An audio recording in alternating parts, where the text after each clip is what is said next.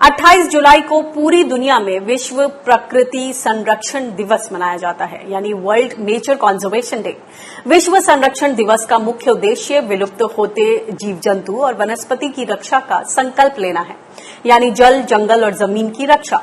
इस मौके पर कृषि मंत्री नरेंद्र सिंह तोमर और पर्यावरण, वन और जलवायु परिवर्तन मंत्री प्रकाश जावड़ेकर ने भी ट्वीट कर विश्व प्रकृति संरक्षण दिवस पर अपनी बात रखी। बात जब प्रकृति की रक्षा की हो तो ये तस्वीरें भी मायने रखती हैं। ओडिशा में आदिवासी इलाकों में लॉकडाउन के दौरान ग्रामीणों को जंगल में जाने से रोक दिया गया, लेकिन इसी बीच जंगल से बड़ी तादाद में पेड़ों की कटाई की गई। आदिवासियों का कहना है कि जब उन्हें घरों में रहने को कहा गया तभी जंगल से पेड़ों की अंधाधुंध कटाई की गई।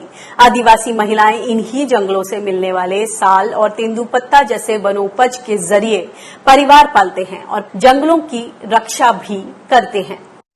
आमे आडे घरे रहउछु आउ सेपटे आउ फॉरेस्ट डिपार्टमेंट हमर जंगल को सब घरे की सब नहीं सब फॉरेस्ट डिपार्टमेंट से जंगल को सब फरे छंती सेटा सब नहीं छंती। आमे गछ लगेबु बोली सब फरे छंती सेटा लगेबु बोली कहउछंती। आमे केंती बंचिबु ना मरिबु ना सेटा आमे जानि पारुन। वहीं केंद्र सरकार के पर्यावरणीय प्रभाव मूल्यांकन अध्यादेश यानी एनवायरमेंटल इम्पैक्ट असेसमेंट नोटिफिकेशन पर पूर्व पर्यावरण मंत्री और संसद में पर्यावरण मामलों की स्थायी समिति के अध्यक्ष जयराम रमेश ने अध्यादेश पर अपनी आपत्तियां दर्ज कराते हुए पर्यावरण मंत्री प्रकाश जावड़ेकर को पत्र लिखा। इस पत्र में जयराम रमेश ने लिखा है कि इससे पोस्ट फैक्टो अप्रूवल यानी कार्योत्तर मंजूरी मिल सकेगी, जो पर्यावरण मंजूरी से पहले जन भागीदारी और आकलन के सिद्धांतों के खिलाफ है। जयराम रमेश ने लिखा कि अध्यादेश मंजूरी से पहले हर एक क्षेत्र में जन भागीदारी को कमजोर करने वाला है और इसमें पर्यावरण पर पड़ने वाले प्रभावों के आकलन को भी कमजोर किया गया है। इसके साथ ही उन्होंने कहा कि अध्यादेश किसी काम के लिए लंबे वक्त तक जमीन पर कब्जा बनाए रखने की भी छूट देता है। साथ ही उन्होंने कहा कि अध्यादेश देश के संघीय ढांचे के खिलाफ है। पत्र में उन्होंने लिखा कि अध्यादेश के जरिए केंद्र सरकार को ये ताकत मिल जाती है कि वो राज्य पर्यावरण प्रभाव मूल्यांकन प्राधिकरण की नियुक्तियां कर सके। इससे देश के संघीय ढांचे पर प्रहार पड़ेगा। दरअसल इससे पहले भी जयराम रमेश ने अध्यादेश पर अपनी आपत्ति जताई थी, जिसे पर्यावरण मंत्री प्रकाश जावड़ेकर ने निराधार बताकर खारिज कर दिया था। आज वर्ल्ड नेचर कंजर्वेशन डे है और ये मौका है कि जो हमारी वनस्पति है, जो हमारे प्राकृतिक संसाधन है, जल, जंगल, जमीन, जो इंडिजिनस ट्राइब्स हैं जिन्होंने एक भयंकर तरीके से एक तालमेल बिठाकर रखा है प्रकृति में, और ये तमाम जो संसाधन है इन सब पर किस तरह से जो सरकारी नीतियां हैं उससे आशंका जताई जा रही है कि जो सरकारी नीतियां हैं उससे इनके जो राइट्स हैं, अधिकार हैं, उनका हनन हो रहा है और साथ ही में जो खेती बाड़ी है उस पर भी विपरीत असर पड़ने की आशंका जताई जा रही है। इस पर और ज्यादा बातचीत करते हैं। हमारे साथ अर्चना सोरेंग हैं जो कि वसुंधरा एनजीओ में एक्टिविस्ट हैं, एनवायरमेंटलिस्ट हैं और इनकी सबसे लेटेस्ट उपलब्धि यह है कि ये यूनाइटेड नेशंस सेक्रेटरी जनरल के जो 7 चोजन क्लाइमेट वॉरियर्स हैं पूरे दुनिया से, उसमें से एक चुनी गई हैं। इसके लिए बहुत बहुत बधाई अर्चना आपको। और सबसे पहले आपसे पूछना चाहेंगे, जो एनवायरमेंटल इम्पैक्ट असेसमेंट की बात हो रही है, ड्राफ्ट ऑर्डर, उससे बोला जा रहा है कि जो खेती बाड़ी है उस पर बहुत बुरा असर पड़ने की आशंका जताई जा रही है। उस खतरे के बारे में बताएं कि किस तरह से उसको दूर रखा जा सकता है और तालमेल बैठाया जा सकता है।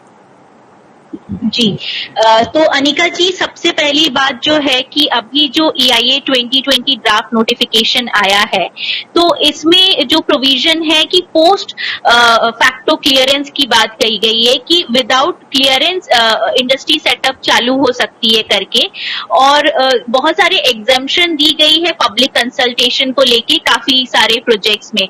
तो ये दोनों ही चीज बहुत ही चिंताजनक है कि अगर हमारे जो आदिवासी समुदाय की जो भाई बहन है, फॉरेस्ट ड्वेलिंग कम्युनिटीज है, अगर वो कंसल्टेशन में शामिल ही नहीं हो पाएंगे, अपनी बात ही नहीं रख पाएंगे कि किस तरह से उनको अफेक्ट करेगा ये प्रोजेक्ट्स और उनकी खेती किस तरह से अफेक्ट होगा, अगर ये बात ही नहीं रखेंगे, अगर वो असेसमेंट में ही नहीं होगा, तो उनके लिए क्या प्रिकॉशनरी मेजर्स ली नहीं जा पाएगी अच्छे से। तो पहले जो इवैल्यूएशन है on impact on the agriculture and the livelihood of the community is somewhere or the other curtailed because of this particular provisions।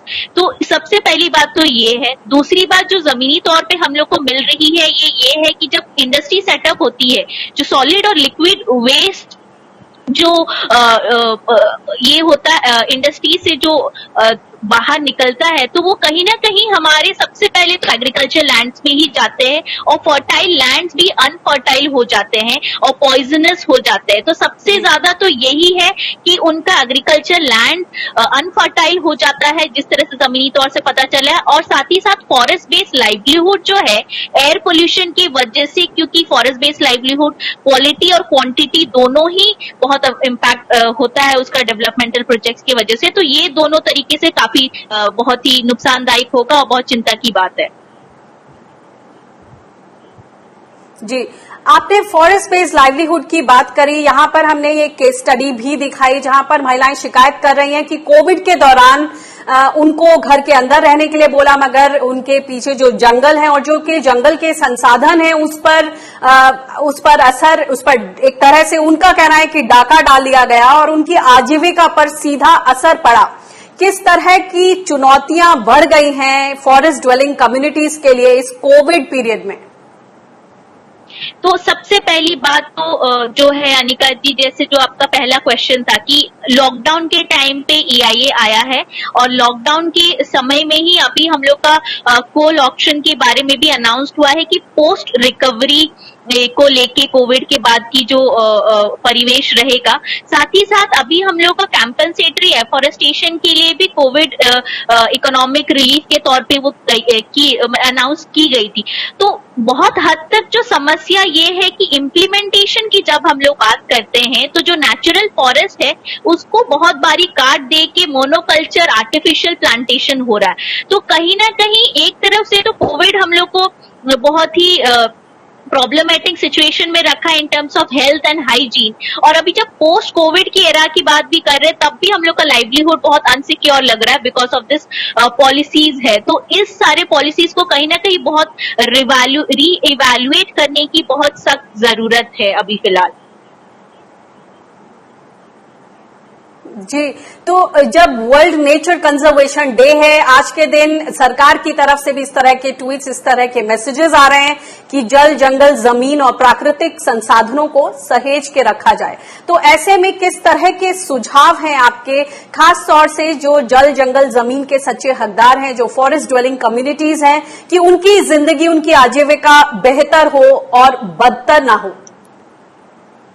सबसे पहली बात तो अनिका जी की जो जंगल अधिकार आइन है, फॉरेस्ट राइट एक्ट 2006 है, और जो पेसा एक्ट है जो हमारी जो आदिवासी और फॉरेस्ट ड्वेलिंग कम्युनिटीज के rights over the land and forest को रिकॉग्नाइज करती है, उसका इम्प्लीमेंटेशन होना बहुत जरूरी है। सबसे पहला यही है कि अगर इम्प्लीमेंटेशन होगा तभी जाके जो उनकी ट्रेडिशनल नॉलेज एंड प्रैक्टिसेस है, उनकी जो न्यूट्रिशनस वैल्यूज है जो फॉरेस्ट बेस्ड लाइवलीहुड से आती है, उनके पास जिस तरह की अलग अलग बीज की जो खेती होती है, मिलेट्स जिस तरह से हो गया, तो वो लोग कंटिन्यू कर पाएंगे। सिक्योरिटी उनकी सबसे पहले इंपॉर्टेंट है, वो सिक्योर रहेंगे, उनके राइट सिक्योर रहेंगे, तभी जाके वो परिवेश को बचा पाएंगे।